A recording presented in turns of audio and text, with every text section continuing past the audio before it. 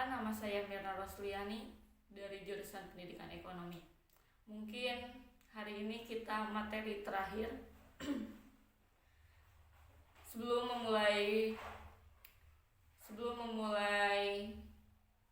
pembelajaran hari ini, marilah kita berdoa terlebih dahulu. Berdoa di dalam hati dimulai. Berdoa tidak ada kata selesai. Bagaimana kabarnya anak-anak? Alhamdulillah ya, pada baik. Ada yang tidak hadir, izin atau sakit? Oke, ada yang izin ya. Baik. Sebelum kita memulai materi yang baru, Ibu akan mengulas dulu materi yang sebelumnya. Ada yang tahu materi sebelumnya tentang apa? Oke, betul ya. Materi yang sebelumnya adalah tahap pencatatan akuntansi pada perusahaan jasa. Jadi di dalam tahap akuntansi pada perusahaan jasa, di dalamnya ada pengertian bukti transaksi. Bukti transaksi adalah suatu bukti yang tertulis atau bukti-bukti yang autentik atas terjadinya setiap kegiatan transaksi dalam suatu perusahaan atau bisnis. Bukti transaksi dapat dibedakan menjadi dua, yaitu bukti internal dan bukti eksternal. Bukti transaksi dalam proses dan kegiatan akuntansi memiliki manfaat dan fungsi. Beberapa contoh bukti transaksi diantaranya adalah kwitansi, faktur, cek, biliet giro, nota kontan, bon, nota kredit, nota debit, memo, bukti kas masuk, dan bukti kas keluar.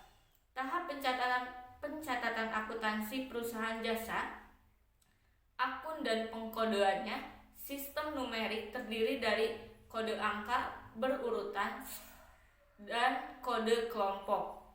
Selanjutnya ada sistem desimal. Selanjutnya sistem mnemonik. Yang terakhir adalah sistem kombinasi huruf dan angka. Baik, sebelum kita memulai materi baru, semoga pada semangat ya kita belajar materi baru, dan ini mungkin materi. Oke, sebelum kita memasuki materi baru, Ibu akan memberikan motivasi terlebih dahulu. Semoga kalian pada semangat untuk materi yang Ibu berikan terakhir ya. Materi selanjutnya Ibu akan memberikan materi tentang mekanisme debit dan kredit. Tujuan dari pembelajaran ini hari ini menyajikan penggolongan akun pada perusahaan jasa. Selanjutnya, menjelaskan mekanisme debit kredit, menjelaskan pencatatan dalam jurnal umum. Selanjutnya, menjelaskan posting ke buku besar. Selanjutnya, menjelaskan tahap pengikhtisaran akuntansi pada perusahaan jasa. Menjelaskan pengertian pengikhtisaran. Selanjutnya menjelaskan daftar saldo. Kita langsung saja ke memasuki materinya ya.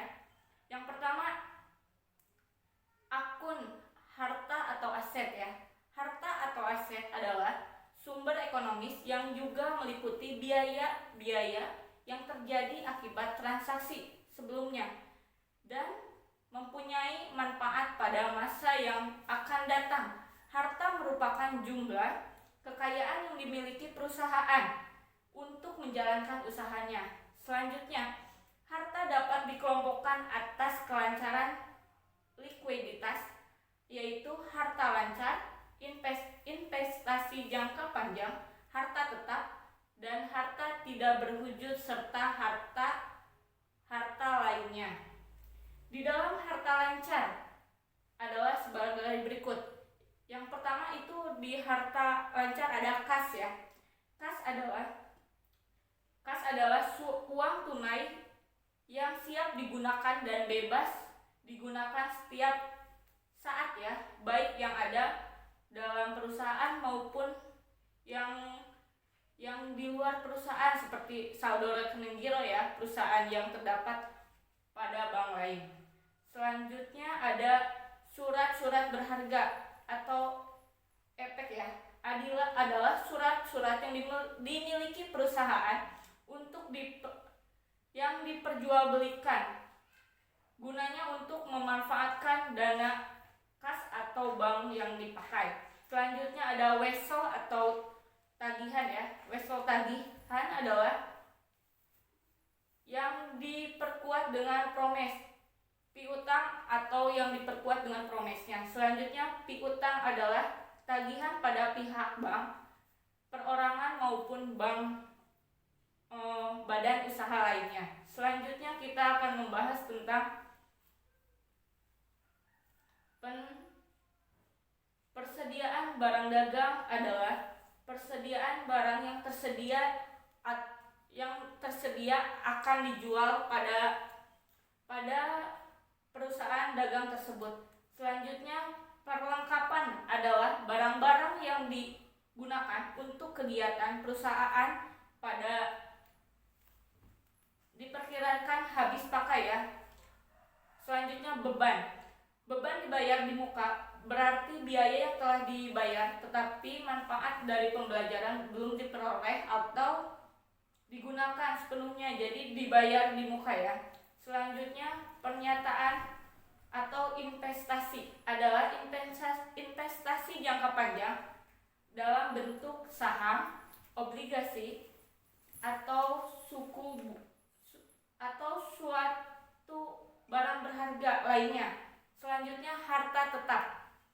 Harta tetap adalah harta yang berwujud yang digunakan untuk operasi perusahaan dan mempunyai masa manfaat lebih dari 1 tahun, seperti tanah, bangunan, mesin-mesin, dan peralatan. Selanjutnya, harta tak berwujud adalah harta yang tidak mempunyai wujud, tidak ada wujud fisiknya ya, tetapi merupakan hak-hak istimewa yang menguntungkan perusahaan dan menghasilkan pendapatan. Contoh harta tak berwujud ya. Yang pertama, hak paten. Hak paten yaitu hak istimewa atas suatu barang yang diberikan oleh pemerintah kepada perusahaan. Selanjutnya, hak cipta, yaitu harta yang menciptakan sesuatu yang diberikan oleh pemerintah kepada perusahaan. Misalnya, hak cipta lagu. Selanjutnya ada goodwill, yaitu nama baik perusahaan yang melekat pada perusahaan itu sendiri. Dengan adanya goodwill, barang yang diproduksi mendapatkan kepercayaan dan dibeli oleh masyarakat. Oke, yang selanjutnya ada akun kewajiban atau liabilitas. Kewajiban adalah pengorbanan ekonomi yang harus dilakukan oleh perusahaan pada masa yang akan datang sebagai akibat kegiatan usaha ya. Kewajiban dibebankan atau dibedakan atas utang lancar dan utang jangka panjang. Oke, utang lancar adalah kewajiban yang harus dilunasi dalam jangka waktu kurang dari 1 tahun. Utang lancar meliputi wesel bayar, utang yang daerahnya adalah promes. Selanjutnya, utang usaha atau utang dagangnya, kewajiban yang lambat pemberian jasa atau barang secara kredit. Selanjutnya, biaya yang masih harus dibayar, yaitu beban yang tidak terjadi tetapi belum dapat dibayar, misalnya utang sewa, utang gaji, dan utang bunga. Oke, selanjutnya pendapatan.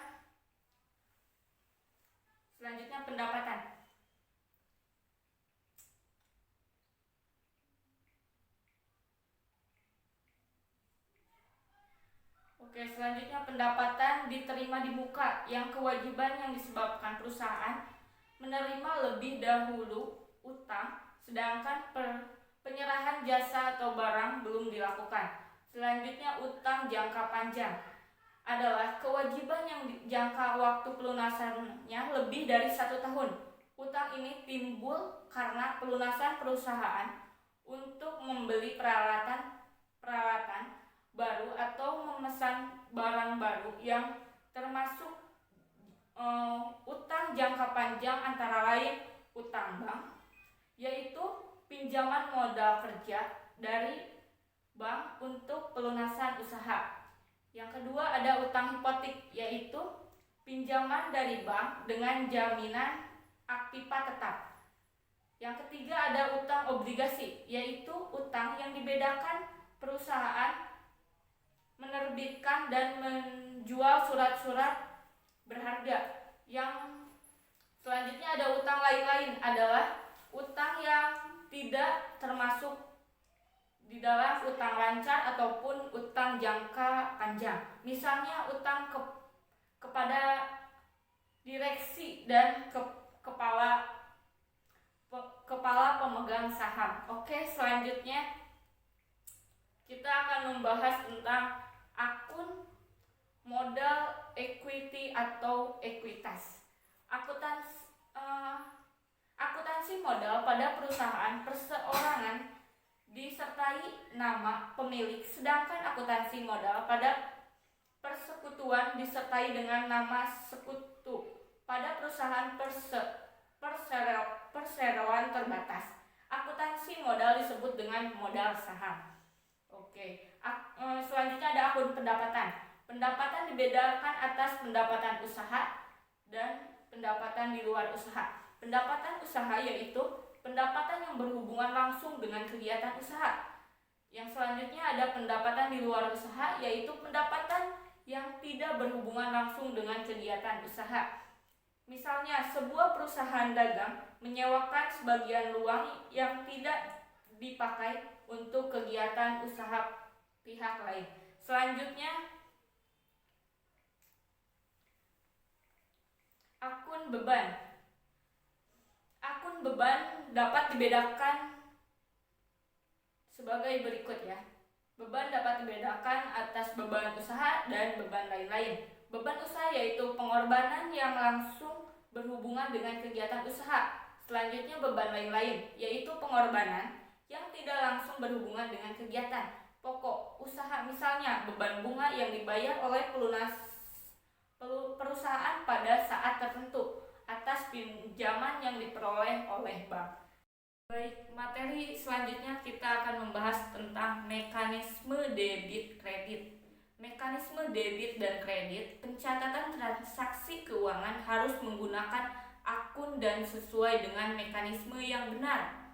Perkiraan atau rekening atau akun adalah suatu formulir alat yang digunakan untuk mencatat perusahaan dan pengurangan aktiva, kewajiban, modal, pendapatan, dan beban, serta untuk menggolongkan transaksi-transaksi yang sejenis.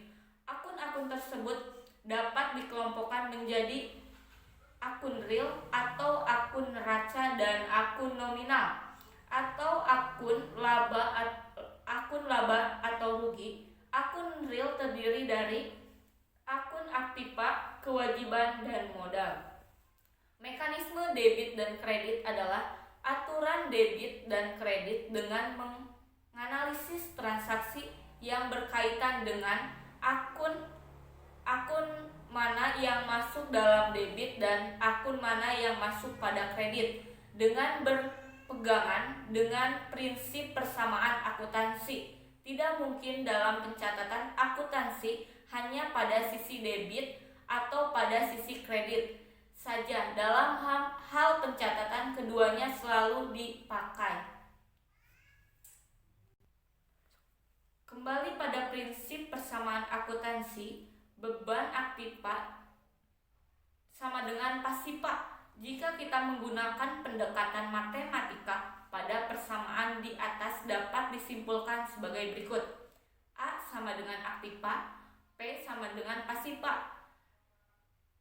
Tambah A sama dengan tambah P, atau dikurangi P sama dengan dikurangi A. Jika kita sepakat bahwa pencatatan debit di sebelah kiri dan kredit di sebelah kanan, maka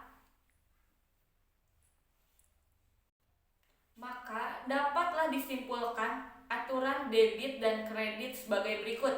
Aktiva bertambah di sebelah debit dan berkurang di sebelah kredit. Pasifa bertambah di sebelah kredit dan berkurang di sebelah debit. Seperti kita ketahui bahwa akun ada dua macam, yaitu akun real dan akun nominal. Akun real adalah akun yang tampak pada struktur neraca dan akun nominal adalah akun yang tampak pada struktur laporan rugi laba. Pada mekanisme debit dan kredit, akun real berpengaruh langsung terhadap persamaan akuntansi, sedangkan akun nominal tidak berpengaruh langsung dalam arti perubahan akun nominal akan menambah atau mengurangi akun modal. Namun demikian, baik akun real dan akun nominal berlaku aturan debit dan kredit. Jika kita sepakat bahwa pencatatan debit di sebelah kiri dan kredit di sebelah kanan, maka diperoleh atau disimpulkan aturan debit dan kredit untuk akun nominal sebagai berikut. Pendapatan bertambah di sebelah kredit dan berkurang di sebelah debit. Biaya bertambah di sebelah debit dan berkurang di sebelah kredit. Setiap bukti transaksi harus dicatat dalam buku harian yang disebut buku jurnal. Sebelum dicatat terlebih dahulu, dianalisis pengaruhnya terhadap posisi aset, liabilitas, ekuitas, pendapatan, ataupun beban. Untuk mempermudah pencatatan, kita dapat menggunakan mekanisme debit dan kredit. Berikut ini disajikan cara menganalisis bukti transaksi. Yang pertama, aset bertambah di sebelah debit dalam persamaan dasar di sisi kiri, berkurang di sebelah kredit dalam persamaan dasar di sisi kanan, saldo nominal di sisi debit. Selanjutnya, liabilitas bertambah di sebelah kredit dalam persamaan dasar di sisi kanan, berkurang di sebelah debit dalam persamaan dasar di sisi kiri, saldo nominal di sisi debit. Selanjutnya, ekuitas bertambah di sebelah kredit dalam persamaan dasar di sisi kanan, berkurang di sebelah debit dalam persamaan dasar di sisi kiri, saldo nominal di sisi debit. Pendapatan bertambah di sebelah kredit dalam persamaan dasar dan di sisi kanan, berkurang di sebelah debit dalam persamaan dasar di sisi kiri, saldo nominal di sisi debit. Baik, selanjutnya beban bertambah di sebelah debit dalam persamaan dasar di sisi kiri, berkurang di sebelah kredit dalam persamaan dasar di sisi kanan, saldo nominal di sisi debit. Contoh, diterima pendapatan jasa dari pelanggan sebesar Rp500.000. Transaksi ini melibatkan dua akun yaitu kas dan pendapatan. Kas bertambah di sebelah debit dan pendapatan bertambah di sebelah kredit, masing-masing sebesar Rp500.000. Nanti Ibu akan tempelkan cara pembuatan akunnya, yaitu di dalam kolomnya itu ada akun debit dan kredit. Nanti kas di dalamnya dan ada pendapatan dan jumlahnya Rp500.000, jadi sama-sama balance ya.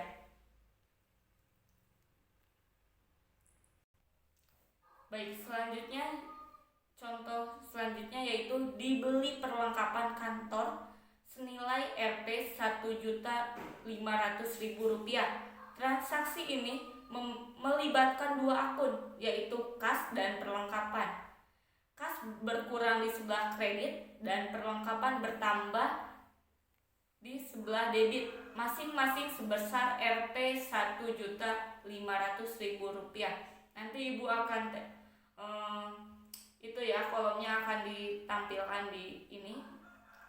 Jadi di dalamnya ada akun debit dan kredit. Di bawah akun adalah perlengkapan dan kas, masing-masing Rp1.500.000. Selanjutnya, dibayar rekening listrik, telepon, dan air sebesar Rp750.000. Transaksi ini melibatkan dua akun, yaitu kas dan biaya kas kas berkurang di sebelah kredit dan biaya bertambah di sebelah debit, masing-masing sebesar Rp750.000.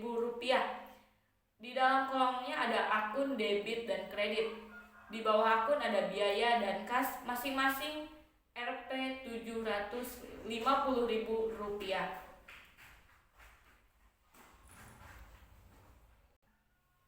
Selanjutnya, pencatatan dalam jurnal umum. Untuk melakukan pencatatan, setiap transaksi yang dilakukan harus bisa mencangkup modal, kekayaan atau aset, biaya hingga neraca saldo dan neraca lajur. Semakin lengkap data yang dimasukkan, maka akan semakin baik sehingga jurnal akuntansi Anda dapat memberi data finansial yang benar-benar akurat dan sesuai bukti. Jurnal umum. Pengertian dari jurnal umum adalah jurnal yang digunakan untuk mencatat seluruh aktivitas transaksi keuangan secara kronologis dan terperinci. Biasanya jurnal umum diperlukan oleh perusahaan jasa karena transaksi dalam perusahaan jasa lebih mudah untuk dicatat berdasarkan urutan tanggal. Jurnal merupakan alat perekam pertama dalam membukukan sebuah transaksi. Oleh karena itu, jurnal memiliki fungsi antara lain sebagai berikut. Yang pertama, fungsi mencatat adalah jurnal digunakan untuk menentukan rekening dan jumlah transaksi yang dicatat. Selanjutnya, fungsi historis adalah transaksi yang dicatat di dalam jurnal diurutkan menurut tanggal terjadinya transaksi sehingga suatu transaksi mudah ditelusuri dan dibuktikan. Selanjutnya, fungsi analisis adalah nama akun dan jumlah uang yang dicatat di dalam sebuah jurnal merupakan hasil analisis dari suatu transaksi. Fungsi instruktif adalah nama rekening beserta jumlahnya yang tercatat di dalam jurnal merupakan sebuah instruksi untuk proses pembukuan. Selanjutnya, dalam hal ini proses posting ke buku besar.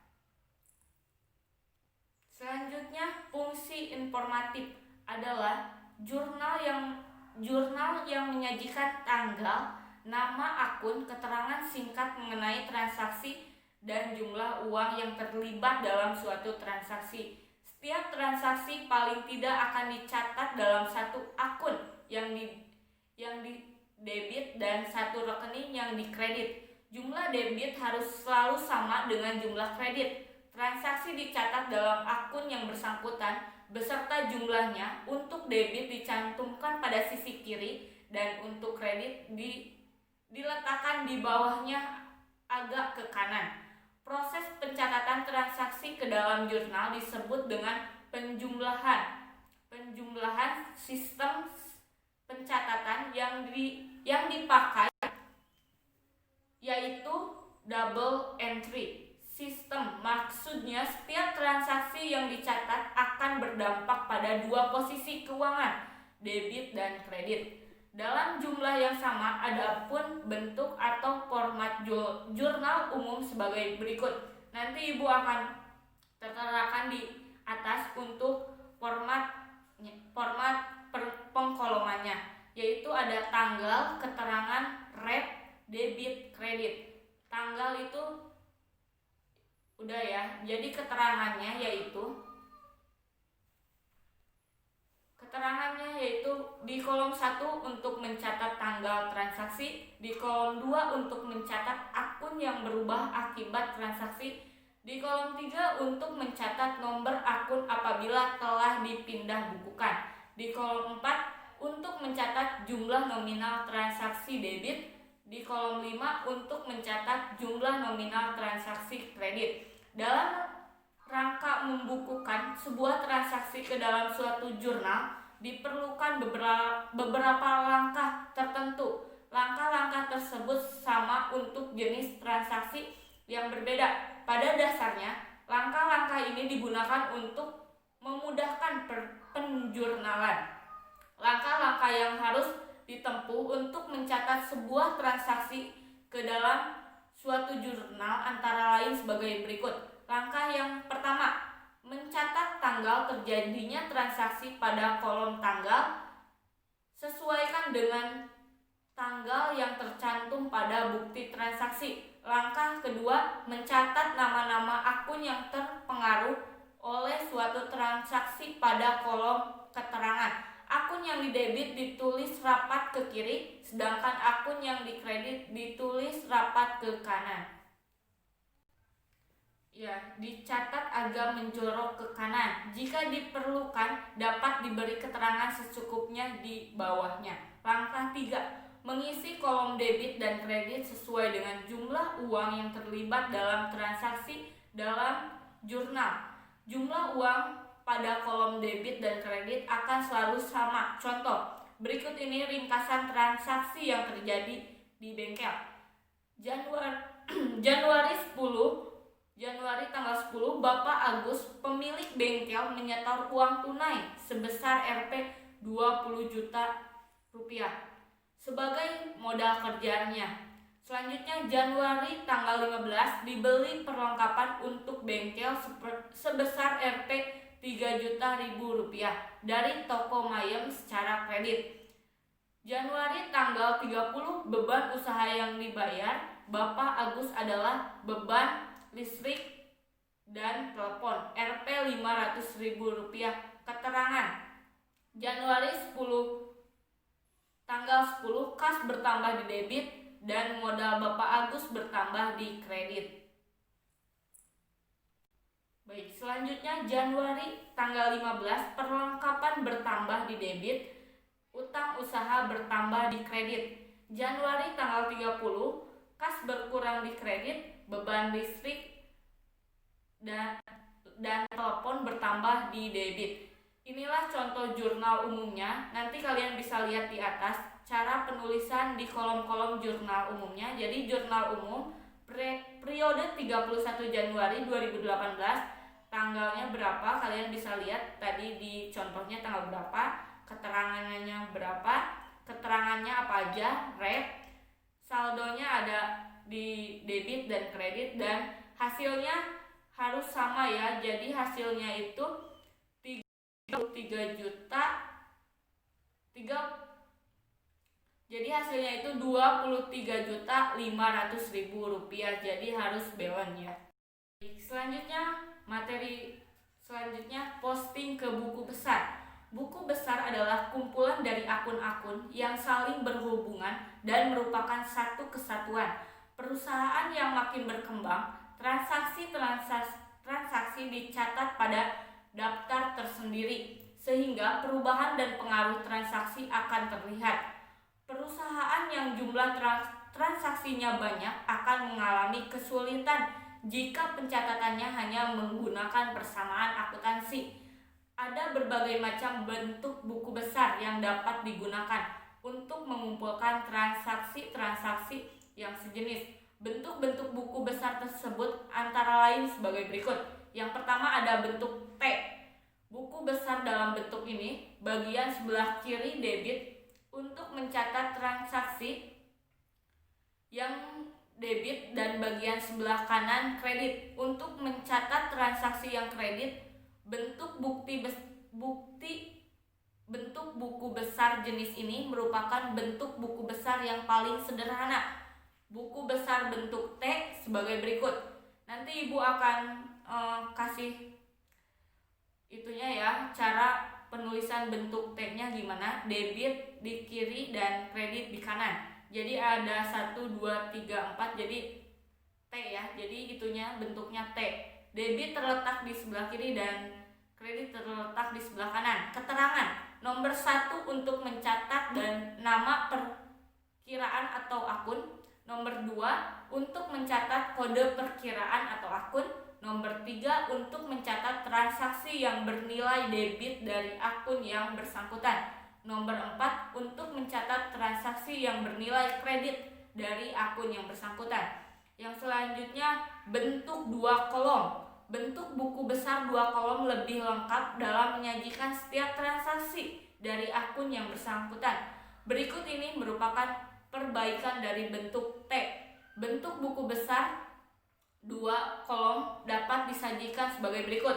Jadi 2 kolom itu, di dalam kolomnya itu ada 8 kolom ya.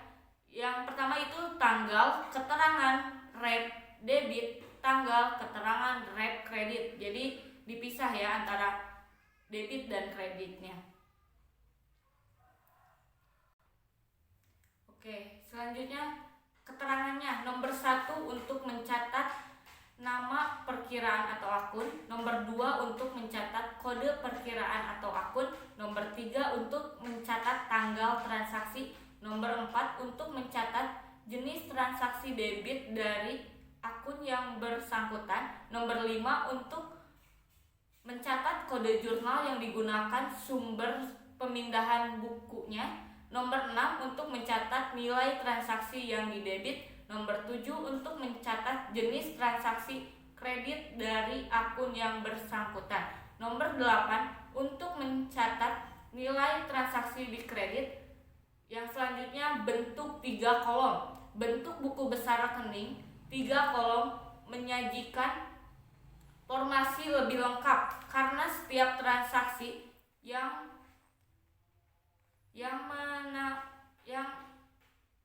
mempengaruhi akun bersangkutan dapat diketahui saldonya.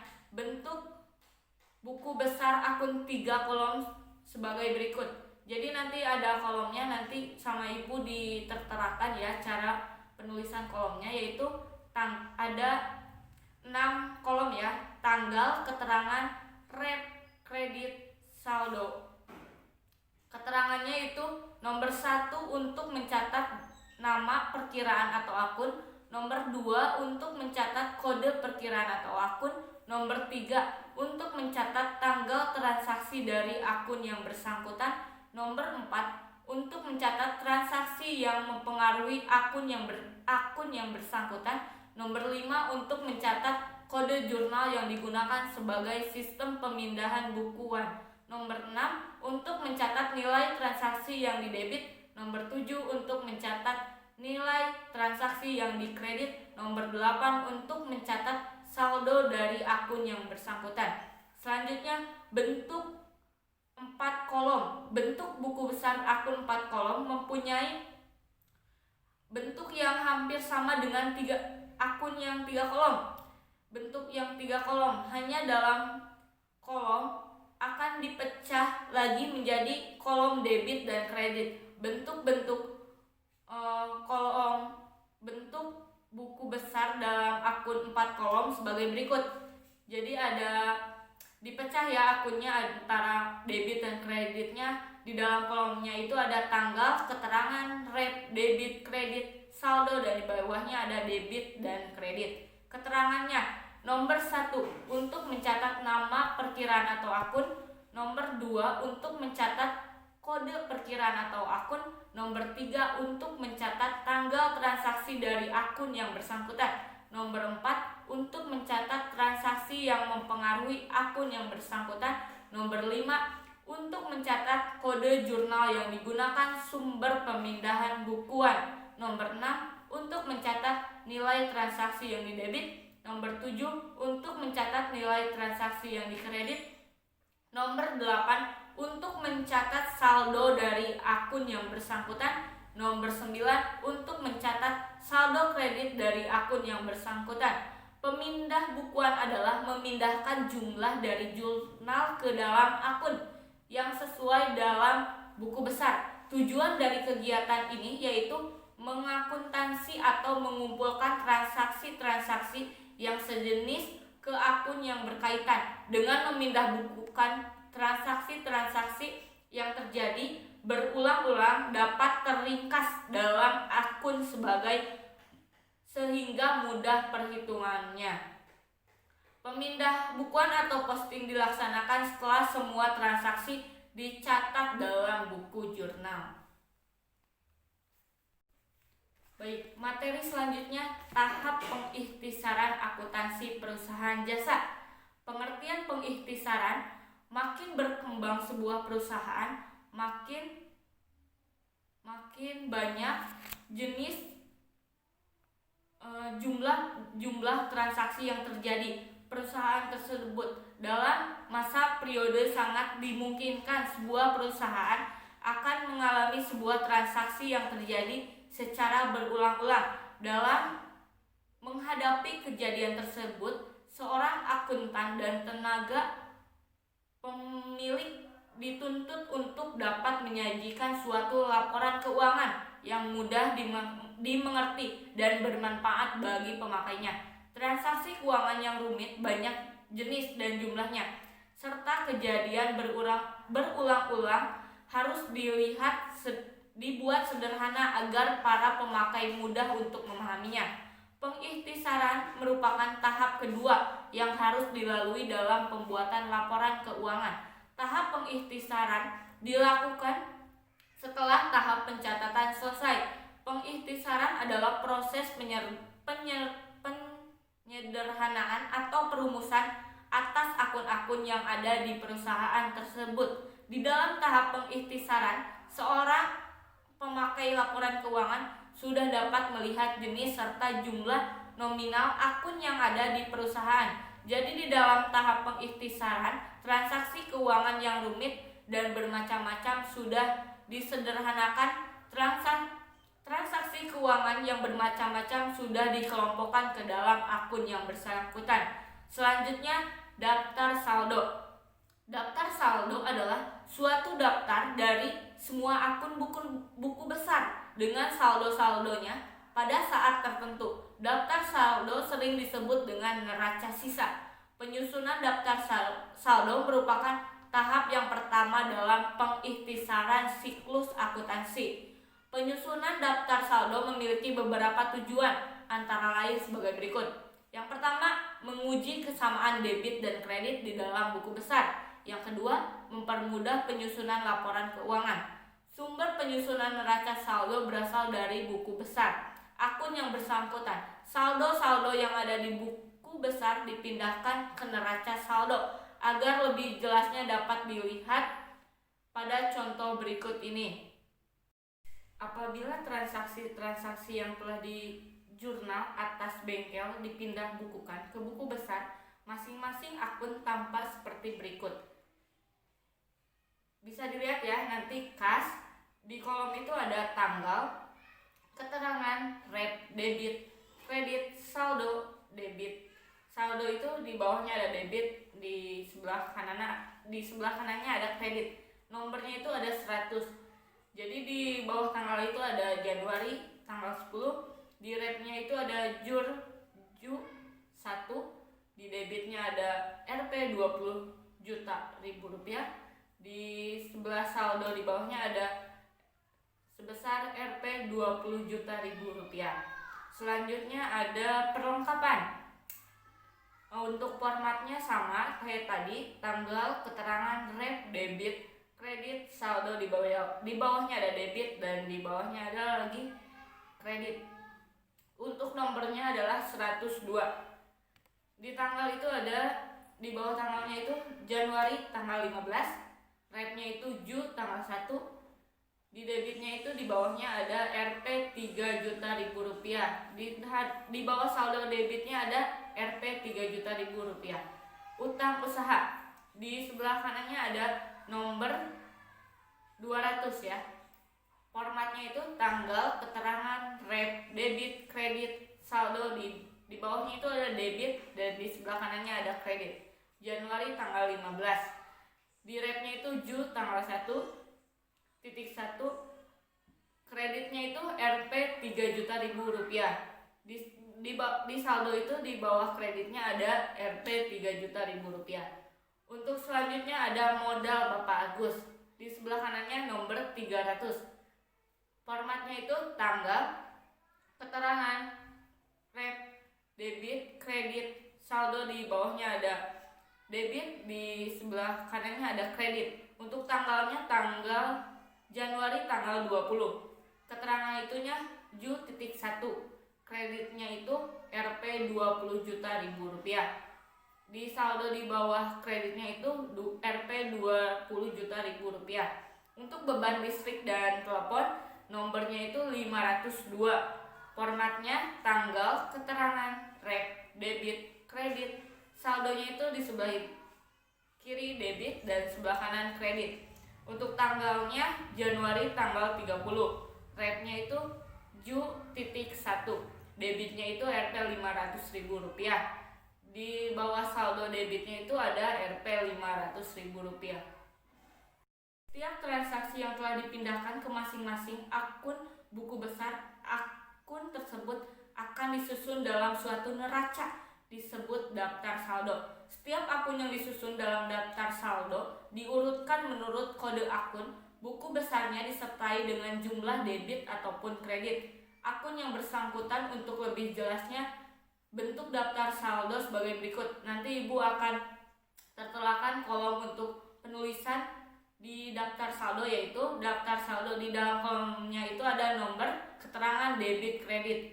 Untuk keterangannya yaitu nomor 1 untuk mencatat nama perusahaan, nomor 2 untuk mencatat periode akuntansi, nomor 3 untuk mencatat nomor perkiraan atau akun, nomor 4 untuk mencatat nama perkiraan atau akun sesuai dengan nomor yang telah disebut, nomor 5 untuk mencatat jumlah akhir dari akun yang bersangkutan, nomor 6 untuk mencatat jumlah kredit dari akun yang bersangkutan.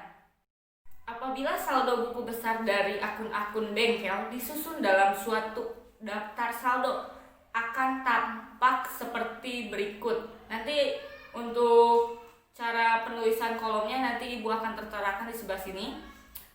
Untuk formatnya itu bengkel daftar saldo per 31 Januari 2018. Untuk kolomnya itu ada nomor, keterangan, debit, dan kredit. Di nomornya itu ada 100 kas Rp 20 juta. Di 102 perlengkapan Rp 300 ribu rupiah. Di selanjutnya 200 utang usaha Rp 3 juta ribu rupiah. Selanjutnya 300 modal Bapak Agus Rp 20 juta 500. Selanjutnya 502 beban listrik dan telepon Rp 500 ribu rupiah.